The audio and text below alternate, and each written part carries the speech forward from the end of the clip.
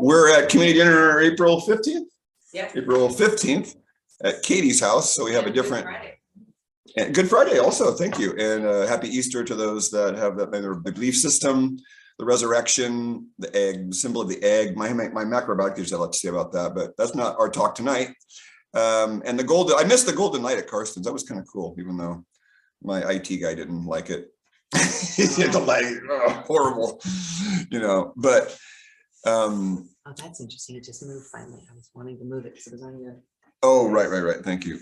So the topic tonight is pH, and by request, Katie wanted a more interactive talk. So the question tonight for anyone in the audience that wants to talk, or if you're watching this video, is if emotions could be flavors, what flavors are you going through right now? So that was kind of my fun contribution to our evening.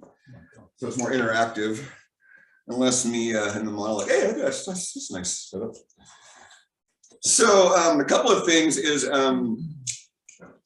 logistically, Shahid's setting up a podcast. He's going to take the community dinner talks and put them on a podcast format. He says, you know, people, there's a whole generation of people that they don't really need to see the video. They'll just play it while they're doing their stuff around the house. Mm-hmm. And I said, yeah, sign me up. That's another way to get exposure of. And then we were looking at the analytics today, and guess what the number one community dinner talk was? It's about 67 views. I wouldn't have guessed personally. That's very the topic. They got the most views. Got the most views out of any of them. It's not one of the cleanse ones. That's why we want cleanse. We do more than other. Hi, Melissa. It was iodine. The recording's going, so it was iodine, boron, and the borax conspiracy. Oh wow! Yeah. Huh. We were like head scratcher. Like. So there were some keywords in there because there was a long description. I put a lot of keywords in it, and he said that's why you got the most views is because there's those keywords. People are searching for those in YouTube, and the more keywords you put in the description, right. the more views you're going to get. And I was like, well, why aren't you doing that? Yeah. That's what I'm paying you for, man. So we're working on that, and so that's part of the podcast. It's another way to get sort of the message out of really. The simple message is we're not learning process. We're learning dead snapshots of reality and calling them reality to synopsize our lives of studying health and life. Where chemistry is a dead snapshot of a parameter at a chosen, you know, a particular parameter at a chosen time. And you take a snapshot of a life process and you call that life. You study cadavers in medical school. That's not life. You know, we're studying death, literally. Yeah. Living dead cadaver. That's different. Yeah, so I was just telling these guys in England, you know the story, Pearl? The guy got shot in the stomach in England way back when, hundreds of years ago, and they were studying the stomach. They asked him to keep the hole for a while. No. Oh wow. Yes. You hear that story, Pearl? Mm-hmm. Yeah, that they would examine the different gastric fluids with a spoon put into the hole that was left by the gunshot. Just like Sorry. I find that so hilarious. This guy let him do that, you know, like would you guys let someone keep a hole in your stomach for the sake of science? I'm like, I don't think so. Probably not the healthiest thing that ever happened to him. No, so it's really strange. So on a lighter note, being shot in the stomach is not something we want to talk about. So pH is the topic this evening, and so if you were so what is pH? Carl can't answer, of course. Per hydronium. What was that? Per hydronium. And what does that mean? It's a ratio of free. No, it's unelectrified, so it's protons. It's hydronium, I think, is a H, just H by itself, right? Right. Think pH. Like, what's the H is the key part, right? Yeah, hydronium. Hydrogen ions. Yeah. So for the public, they wouldn't, hydrogen ions basically. So it's the more hydrogen ions, paradoxically, the lower the pH. So H2O being 2 hydrogens, 1 oxygen is considered 7, right? Is that right, Carl? 2 hydrogens, 1 oxygen, pH 7. Is that the standard? Water is made of 2 hydrogens and an oxygen, but they dissociate into hydrogen ions with a plus charge and hydroxyl iron with a negative charge. Right. hydroxyl. And the inverse of the pressure of the hydrogen ion expressed logarithmically is what's considered the pressure of hydrogen, and when water dissociates, it keeps a balance between these two, and that's a pH of 7. If you got too much hydrogen, it goes negative, that goes lower, and so the lowest is like pH 1 or 2, like your stomach acid, Right. and the higher is not support life in your body above 7.7, 7.8. It can go that high? Yeah, normally the body goes between 7.35 and 7.45. That's what Yeah. I'm saying, but you can't So- live when it goes that high. That's always wondering what the upper limit was. I thought 7.8, you could survive with that. No, you're very sick. I You're mean, very sick, I thought so. yeah, but it can go probably, it starts getting really a problem after 7.6, 7.7 is probably when you start to die. And what about the low end? How low can it get? Well, it's the same thing for the cells. You don't want to get them too low, but there are certain fluids that are contained within your stomach, but it can go very acidic. But The they're bloodstream can contained- only go down to like 7.3 or something, maybe at the most. No, in the stomach, the acid is hydrochloric acid. No, I mean in the bloodstream, I'm just talking general Yeah. blood pH. It's 7.4 is the balance, you know. So 7.3, you'd be quite sick. Yeah, already 7.35 is already outside the acid base range. Wow. That the kidneys and the lungs regulate, right? That's the main thing. The fastest the lungs. the slowest the kidneys. So, for somebody that's watching this, if you can't hear Carl, so we're talking about, first of all, people talk about, acidic pH and cancer associated with acidic pH, but we have to qualify, first of all, what is pH? And so it's the amount of hydrogen ions. And to simplify, so the more hydrogen ions, the lower the pH in relationship to the OH or hydroxyl radical, H2O being sort of the standard for neutral. So we're looking at the saliva is what, 6.8, 7.2 generally, Carl? So saliva is pretty close to neutral. And then the stomach, in between meals, is the stomach still a little bit acidic or does it go to neutral in between meals? It's very acidic, All the time. All the time? all the time. All the time, okay. I mean, in cycles of heating, it's, it secretes hydrogen ions more, hydrochloric acid more to help, why? To help destroy any bacteria that you ingest. Right. I was telling these The guys that. second reason is to help digestion and create, pre-digestion of proteins. But the most What's your important pre-digestion? thing is that it creates an acidic amount so that when the food comes out of the stomach and goes into the small intestine, there's an enzyme there called cholecystokinin that helps release a lot of pancreatic juice to alkalinize. If you don't have an acidic pH, like many people who get older don't have low enough hydrogen ions, and Yeah. then they don't secrete cholecystokinin, and they don't secrete enough pancreatic fluid to really digest their food. See, I was telling these guys that earlier, that there's these mechanisms that are in the body that gotta all be in place because stuff downstream is affected by stuff upstream. So you have an upstream phenomenon, and then, Royal Lee used to talk about, when you have a really bad digestion case, you gotta go to the brain sometimes, the pituitary or hypothalamus, because that's the thermostat. And if the thermostat's busted, the device ain't gonna work. So there's these long-term gut cases, and sometimes you go in the brain, it's like magic, So this cholecystokinin thing is a good example that what Carl just said is that this other downstream component is, if it's not acidic enough, it doesn't get released, and then your protein digestion doesn't work right. And then, we don't even pick it apart enough to really understand that, fat goes through a different channel of digestion than everything else. And that gets totally left out of normal studies. Like I had to they glossed over it in nutrition school, anatomy classes. Oh, no, fat this, lacteals and lymph system. And so, wait a minute, why don't we pick this apart and examine this a bit more? It's pretty important because there's cell membranes made out of fat, and they don't really do a good job. I got a bachelor's degree in nutrition and this head scratcher, why aren't we learning this stuff in more depth? Well, because you're kissing up to the AMA is why.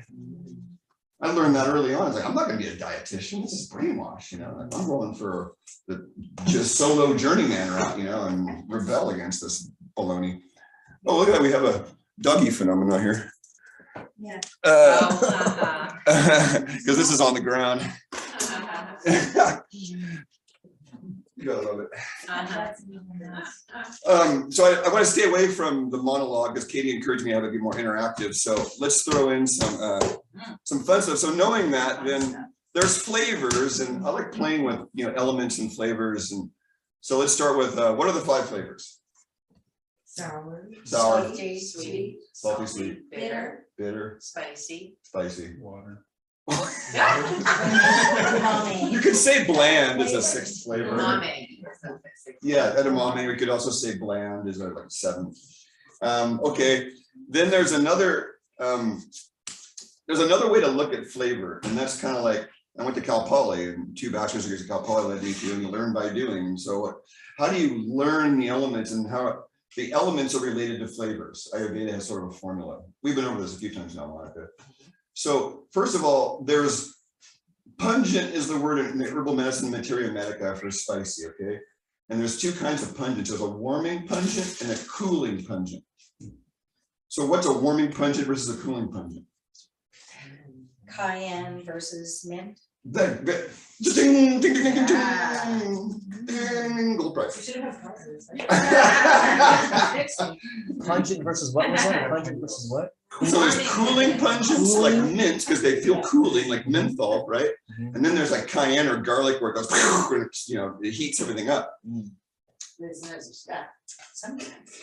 So when you look at, I like poking at the thiols, like in the sulfur compounds in the cabbage family, the onion family. So what is the element that's so dominant in the thiols that crosses through cell membranes, no less? Can you say that again? What is the element in the thiol that's in your spicy cabbage family, onion family? What's the element like in the periodic table of the elements? What's Sulfur? there you go, sulfur. Oh. Ding, ding, ding, ding, ding, another gold prize winner. Interactive skip. We need like a little dinger bell, and then remember the Gong Show? Or is it the Gong? Gong! Or the vaudeville hook comes in and get the vaudeville hook. Let's see. So sulfur is really, Jensen has a book that he was helped along by V.J. Rosine was his teacher. I think that's how you pronounce it. And he has a book called The Chemistry of Man. And that's what got me into this health alchemy thing, was looking at, he has this whole book. It's like this 400 pages of, there's a calcium type, and there's pictures and parameters of a calcium type, and there's a carbon type of person and a sulfur type of person. I'm looking at this going, wow, this is like, natives would have loved this stuff, like looking at someone in terms of like practical, like, because calcium's kind of solid, right? It's like cement, so it's a sort of solid person. And then there, they'd be like, what would be in his system, there was a pathetic type. They were literally labeled a pathetic type. And they have a weak will. And if you tell them they're going to die in 3 months, they die in 3 months. I was talking to a client about it. Like her father was told he's going to die in 3 months, and he died in 3 months in 1 day. 1 day longer. It's called projection of doctor landing on person. They take on the projection and live that out or die that out. So, okay, now back to the flavors. So in the what are the 4 classic elements? We're now going to pair the elements with all this. Fire, water, earth, and air. Okay, great. What about metal? That's sort of. Okay, so now this is where we get into a little bit of trouble. So the Chinese 5 element is another cosmological way of looking at the universe that doesn't line up with the 4 element. So I'll do my best to translate. So they leave out air in the 5 element. Well, technically, chi is air, so the Right. 5 elements make up chi. Right.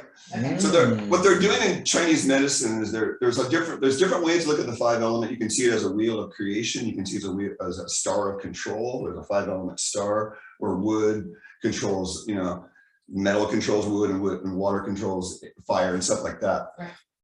And so there's a control cycle and a creation cycle, but then there's just a simpler way of seeing it as, okay, there's water is the starting point of their tradition, right? That's like the East in the medicine wheel. That's the new life. The dream is beginning.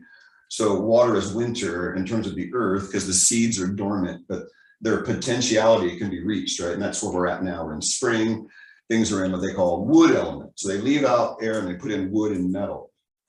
So the wood is like sprouting water, turning into earth energy. And then you've got your wood element that turns into, it's like, one might just call it wood element energy, similar to plasma energy, but I don't know in the right context. And you want to take a stab at that, Carl? Like how, I didn't think so. It's a tough one. It's been a conundrum all my life. I don't even want to try and talk about it to the public. Okay, and then, so then you've got this budding dream, and so then it becomes the fire elements next. So wood feeds fire, right? You put wood on the fire, wood creates fire, and that's the summer. So it's the bright summer sun, and everything's big and bright colors and lots of light.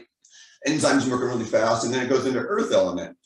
And there's a weird way of seeing the earth element that's really, the earth element's a balancing point. So the spring equinox and the fall equinox, you could call it earth element energy because there's an equal light and dark. And the earth element's the center of the spoke. It's the center of life. And that's where the fire energy has now created fruit, right? The earth is producing fruits and vegetables and animals are eating it. And so that's harvest season, that's the fall, right? Well, I think it's Indian summer. Yeah, but there's just a bunch of ways you can contextualize it. So I don't want to, yeah, just keep it general, like, yeah, fall, yeah. Summer ends, we're into early fall. And because God, it's just, it's, I had my poor teachers in Chinese medicine had to endure my endless questions, like, you know, just what about this context? Because yeah, there's so many contexts to this, and it, wow. And then it becomes the earth, when the seeds fall, see that the earth makes little seeds, which is compressed earth, right? And metal is compressed earth that falls to the earth and waits for the next cycle to sprout in the water again. And that's how the 5-element wheel works. And so each element, so if you see the metal is the time of letting go.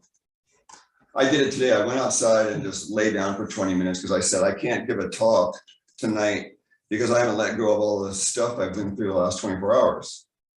You can't create the new until you drop the old. And I see this in a lot of my clients where I take their pulses, like your gallbladder and stomach pulses. That's my 2 keys now. Your gallbladder and stomach pulses up. That means you got too many decisions you're making and you're stomaching too much. Because we all tend to stomach too much and don't take time to emotionally, psychically process things. And in my world, that's just silence. It's literally, Craig has to go schedule silent time. Some people understand that. Some people need to have social time. That's their way of processing. Each one of us is a different way. Some people need to play guitar or to process. Some people are quite fine, you know, they can find peace and solitude and through studying or, you know, or writing so we have to honor what our truth is, right? And that's mine. Unfortunately, I have a social ration and then I'm way over the edge on it. So I'm here tonight on mate and a little cannabis and, you know, channeling pretty good. Thank you, Chris. Dean wanted a book review, so I gave him a general book review and he sent me, he's like, it's too general. And so here's some parameters for the book. And then I was so tired and I was like, God, angels, please write something for me. So I found my hand going up and writing him something, and then I sent it off. And then today he says, "You're like, wow!" I'm like, "Did I write that? No, I didn't write that." I go, "That was channeled, bro." No credit because I was done, you know. And whatever, I mean, particularly Uriel and Gabriel and Michael have been coming in, like they're just, wow, man. So back to peeps. So if I'm a flavor, I'm feeling pretty sweet right now because I'm on a manic mate cannabis ride in front of you guys. And then later tomorrow morning, it'll probably be, you know, morning guy. I'm working in the night guy, morning guy relationship. You know, who doesn't have a healthy night person, morning person relationship? I'll be honest. I don't know what you mean. What does that mean by that? Yeah. So I'll tell you a quick story. I developed this future Craig veto because of a problem I had of giving too much body work, over giving, and then the evening rolls around 9 or 10 and I'm eating chocolate and watching Seinfeld and laughing and then, you know, having a good time at night. But then Craig in the morning is waking up pissed off at night, Craig, for wrecking his morning. I'm a morning person mostly. So it's a night guy, morning guy conflict, right? So I read a cheesy book long ago called Mystical Experiences in 30 Days. When I was like 30, in my 30s. I thought, ooh, I got the enlightenment bug because I wanted superpowers, man. I wanted to control people. I'll just be honest. I had my set of traumas, and when you're traumatized, you want to control everything. Right? So I'm gonna get enlightened. And there was this one exercise that it was such a cheesy cover, but you're just drawn to a book. Like, when you're in the bookstore, and out of all the thousands of books, you was drawn to this one for some strange reason. I read this book, and so there's an exercise they had you do that planted the seed of this future Craig thing. So it says when you're driving on a journey for a week or more, ideally, when you're driving along to your destination, imagine that the you in the future is driving home a week later, and ask that person for some insights on your journey. So I had done that like 20 years ago, and then it was 10 years prior to this, and then I'm just sitting in this, like, I don't feel good again in the morning, and I'm having too much fun at night, and there's this bipolar relationship, and I gotta fix this, And then it was like, then that meditation popped in, like, ask future Craig what he thinks. I'm like, oh, yeah. So, 10 o'clock, 10:30 roll around, hey, morning, Craig, what do you think? And I get this, like, go to bed, buddy. But then you don't have any fun at night. Well, then you have to give the night guy some fun, right? So then you gotta give a little night girl fun. Because it's easier to Balance it out. schedule. But we talk about, vata derangement and dis-ease, but dis-ease is something I'm tracking every second of every day in my life right now. When I'm not at ease, Craigie's dangerous when he's not at ease. So Craigie tries to stay good and calm and in a nice calm state of being. So there's a certain vigilance that I'm finding is sort of necessary right now. And so that's the sweet part, that life's a flavor. But I got mountains of hot, spicy, hot pungent coming out of me lately, there's lots of heat and fire. And so, then there's just this water metaphor. That's what living with Gene and Bernie provides me with, what's the word? It was like having two Noels around me, because Noel was like, I didn't get away with Jack for 4 years. And it was great because I grew a lot, because all my old shadowy tendencies were pointed out to me almost instantaneously. And living with ladies, you guys, I heard them talking about some stuff about men, and I'm like, hey, you guys ever talking to the men like this? Because the men don't want to hear. I'm like, well, I want to hear. And it's like, right? Pick me apart, man. I want to be better. So that's why you should have women at the men's groups. I am not. Jay, can you get your dreams come true, Jay? Hey, Jay. I'm leaving the men's group, and I'm going to do the same format in a mixed gender format starting in June. Yes. Really? Yes. Yeah, I got. Both is good. I mean, like alternate weeks, like one week the women meet together and then meet together, and then the next week they all meet together. We're going to do that, but we're going to start out as a mixed gender group. And once we develop an identity and a strength together, then there will actually be what we did at Breath and Oneness. Carrie Burr and I did this years ago. Unfortunately, I won't go into that now, but sort of didn't work out. But the best group we had was, we had a group of 8 women that were encircled by 8 men, and the women did their group, and the men just were not allowed to say a word, but they got to observe what women do in a women's group. And then the women sat outside the men's group, and the men did their men's group. So the women got to be a fly on the wall. Now, there was a plant in the men's group, though, that was a traumatized young man. No, he was traumatized. His first memory was of his mother being raped. That was his first memory. Paul Damon planted him. And I didn't appreciate that much, because the guy was violent. The women had to go, we had to, took 8 men to hold this 20-year-old football player down. Way too dramatic. Joshua Hathaway was there, and it's just, yeah, I won't go any further. So there was a lot of drama, and the women were crying in the corners. But they all wanted to know what, and that's like the most violent men's group I've ever been in. Out of, since 1996, I've been sitting in men's groups. So the new way is? There's a word we call safety. And so that's where the women should have called safety right away. And we would have taken that guy outside and dealt with him outside. Because I was scared. And I'm a big man, and I was scared. And the women could feel that. And 8 men were scared to their doodles, and the women were on the corners weeping. Because this poor kid, I'm not going to share the story at all, because it could traumatize some of you. This is the kind of stuff like, this is stuff I have to live with. Bernie. Every week I hear shit like this. People wonder why, how can I even be happy with the stories I hear every freaking week? But somehow it transmutes, Because we all hear. because I'm here. That's why, in the position I'm in, I understand why my teachers would only take on certain people, because their cause and effect karma becomes yours for a while. People hand me their life. And then what that means is I'm getting their karma, good and bad also. And so when sometimes I get a new client, I'll be sick for a day, literally just sick as a dog. That's their sickness that my system's processing, but it's not my system because I'm not separate from them. That's just my dharma. And only I can do it, unfortunately. That's why I'm training you guys. Here, you take some. You take some here. I don't want it all anymore. Well, that happens a lot with healers in general, right? It's not unique to me. Women do it a lot. There's what I call the shriveled raisin effect after the kids are gone. A lot of them are just shriveled raisins. They've given everything to the husband and the kids, and then it's just terrible. They end up with nothing because they didn't claim it. Often it's like, you can see how I resent you. I resent you. What's actually happening is we resent ourselves for making the same stupid decision over and over again, and we finally project it on the other person. Conveniently. I resent you. Well, you just missed probably maybe 10 years of self-resentment in there and self-hate. You just didn't go to do the real work. Anybody got so we'll have a little fun with this then. Anybody got a little emotional, we kind of talked about it. Finally, that's right, the elements. So, boy, that was a long digression. Where's Gene? It was good though. Gene's hiding. He's Yeah. listening from above. Gene gets, I get feedback from Gene. I'm too all over the place for her, so I gotta work on that. Okay, so what's sweet? And you can't answer because you know these now. Or do you know all the flavors and their elements now? I'm sure we get them all, but.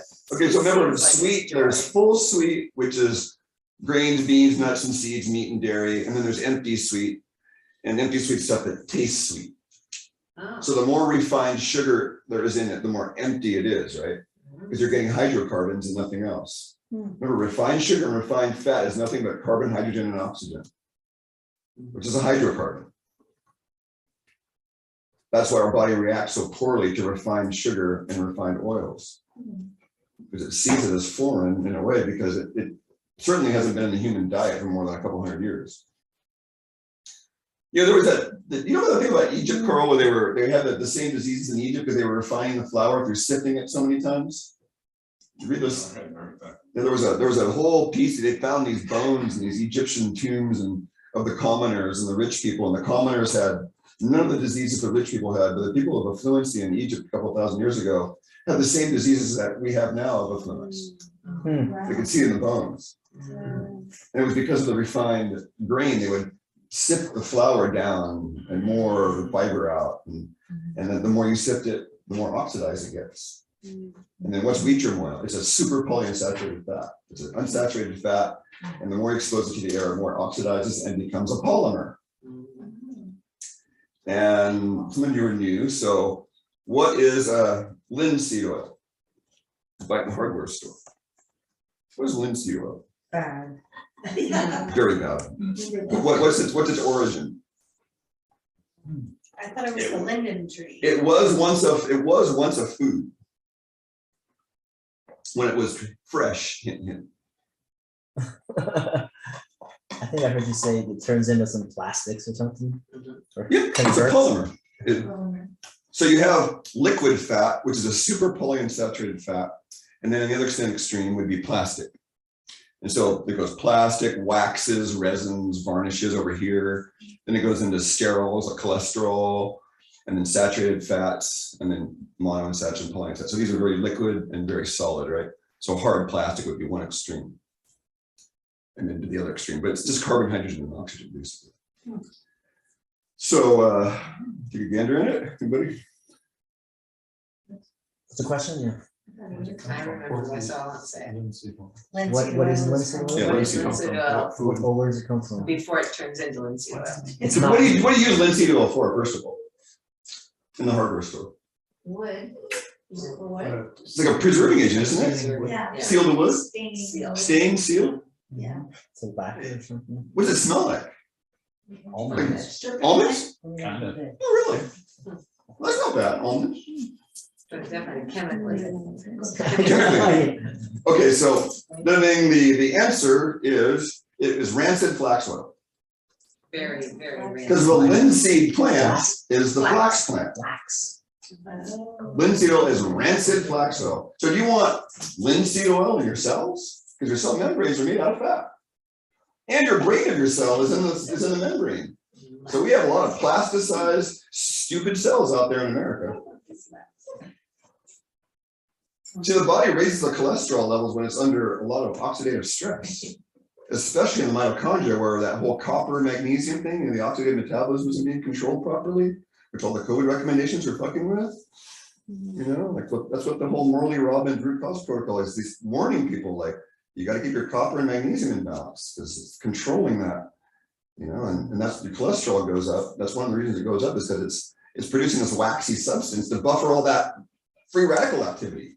It's like the last resort. Well, there's a calcification stage, and you know, if the cholesterol thing doesn't work and you give you statins, then everything calcifies. That's the next adaptation. Or is there another adaptation before the calcification, Carl? Like if the body can't make cholesterol in a degenerative spiral, would there be something before the calcification but after the cholesterol? Well, first you have to differentiate between ring fats. Those are cholesterol, those are steroid fats because they're many rings. Right. But, you know, we want to go back to a minute to any kind of unsaturated oil means it has many double bonds and it's flexible. And when you oxidize it, these double bonds get taken down and it becomes rigid. And so the flexibility of your cell membrane, which is really so important before you get into pathogenesis, whether it's cholesterol, probably cholesterol comes in first trying to paper up things, and then it has to be stabilized. And then calcium comes in to stabilize it, and then you have arteriosclerosis. You know, Right. And you can measure the degree of that by looking at your calcium score, how much calcium is in your heart, or whatever, you know. How do they measure that? Hmm? How do they measure that? It's done radiologically. Really? With very low radiation. Yeah. Wow. But it's like an X-ray. An X-ray is radiation. And everything that is dense, like calcium or lead or whatever. Is there a contrast dye? Well, no, it's not done with contrast. I think it's just done with the radiation. Nowadays, we have very, very sensitive sensors, so they don't need very much radiation in order to show good contrast. Wow. In the old days, you used to have to inject really dense substances with iodine or whatever, because it shows up so well if you want to fill it up. But nowadays, everything is done with MRIs and a lot of other things, and very low level of radiations, but it's still done like that. Yeah. Wow. Okay, so we're still on sweet. Wow. The elements with sweet. So there's sweet, which is the hint is it's a building flavor, right? If you eat meat and dairy and grains and beans and nuts and seeds and nothing else, and eat a lot of it, you're gonna grow, right? Okay. So you have earth, air, water, and fire as your choices of elements that go into flavor. So what would sweet be then? Earth. Earth, of course. Air. Oh, because you said it's two? Yeah. What do you have to mix with earth to make adobe? Water. Water. Straw. Okay. So earth and water is the sweet. And the more empty sweet, I like to say the more water and the less earth there is. Because then you turn into, like if you eat a lot of sugar, you just kind of turn into, mush. And more and all the neurological conditions, I look at the protocols all the time, and the one common thing with all the neurological conditions is you got to go on a low sugar diet for a while, because a lot of that problem is the sugar. I told clients, like, sugar causes pain, it causes inflammation. They don't even think that. And sugar causes advanced glycated end products, AGEs they're called in our world, in my Carl's world, and you don't want that stuff in your brain, So, and the other thing that really it's just another digression, but it's worth it. So people talk about, oh, I got my hemoglobin A1c, they know what it is. So what is your hemoglobin A1c? It's like your 90-day average of your blood sugar, but that's not what it is as a measurement. Hemoglobin A1c, hint, hint. So what is your hemoglobin A1c actually? Carl can't answer it, he knows. Oxygen, Pardon? oxygen in the blood. Well, hemoglobin is, yeah, but the A1c specifically, why do they measure the hemoglobin with this A1c and not just the regular hemoglobin? It's a better diabetes control too. Right, it's part of blood sugar, so that's your hint. Calcification. And I just mentioned that sugar causes inflammation. Right, oh, so now It's glycated hemoglobin. like. Sugar. Oh. Yeah, sugar damaged hemoglobin. Oh. See, so the more of that you have, right, the worse off you are, right? There's different forms of anemia. Like you can have a parasite running around your body eating your red blood cells like donuts. I've seen it on live blood. It's like little Pac-Man worms eating red blood cells like donuts and shit. Oh yeah, that can cause anemia, right? You've got enough of them in your body, like a little piranhas cruising around. Sound effects not included. And then you can have anemia where you're bleeding subtly out of your gut. Like if the gut membranes are too permeable and the food's going through there, you're bleeding into the food, and then you'll have a darker stool, right? The more red the stool is, the closer to the anus it is. That's how people tell me they have blood in their stool. It's like, well, how dark is the blood? And we know how far up the bleeding is generally. And then what is the herb of choice for all bleeding conditions? Comfrey. Generally, you don't want to use comfrey with deep wounds. But if somebody's bleeding out of their body, I'm gonna give them a comfrey smoothie and start drinking away, and it's pretty good, pretty quick. Okay, so sweet Self-healing? is earth. Comfrey triggers self-healing? Yeah, and I've been hearing more and more. I got this young man up in, he's like 30 something up in Marin. And he's like, guess what, Craig? I'm doing a urine face wash in the morning, and my skin after a month of that has never looked better. Wow. He just busted that out the other day. I'm like, what? What? Don't you feel validated? Right, right. I'm like, so the same compound that's in comfrey is also in urine, is also in urea. Mine to me. So it's very similar. So fresh urine, I'm watering, I mean, my plants are getting a lot of my urine, folks, and they look awesome. I mean, people go, how do your plants look so good? They grow so big. I'm like, they're getting lots of urine, that's why. It's a free fertilizer. I don't buy fertilizers much, folks. You don't have to. It's crazy. Okay, so we got earth out of the way. That took us about 20 minutes. Let's try for Earth, wind, and fire. what would spicy be? Fire. Fire for sure. So when you do cayenne pepper, what does the energy do? Does it go down? Does it go up? Does it go out? Does it go in? That's a Out, sure. up. So what's up? Air. Air. Fire and air. Spicy is fire and air. So this helped me feel the elements. If I can feel stuff, so that's the interactive part. Okay, and then what's salty? So if you rub salt on a wound, what does it do? So it's definitely fire, because salt is made from solidified seawater from the sun dehydrating it, ideally. So definitely fire. Now comes the trick part. What's the other one? Water? Or Great, air? yeah, salt is water.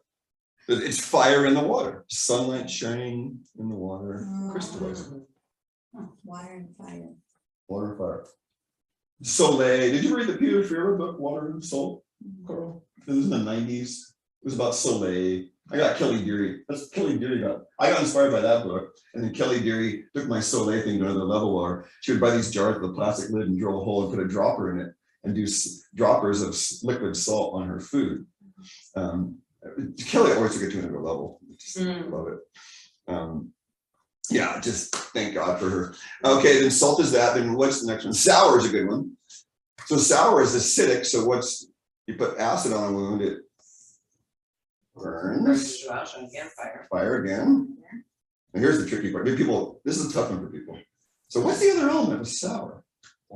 Earth? Nope. Yes. Earth? Yeah. Why? Why fire and earth? What happens if you throw an apple in a vat of acid?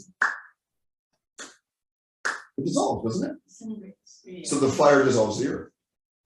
You can figure that out, right?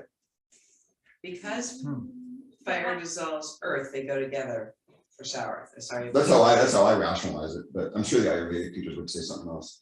But that's just, I try to remember things in my own ways. That might help you. If you think, you know, it's fire in the earth. I don't know, like sour is fire and earth. I try to think of that.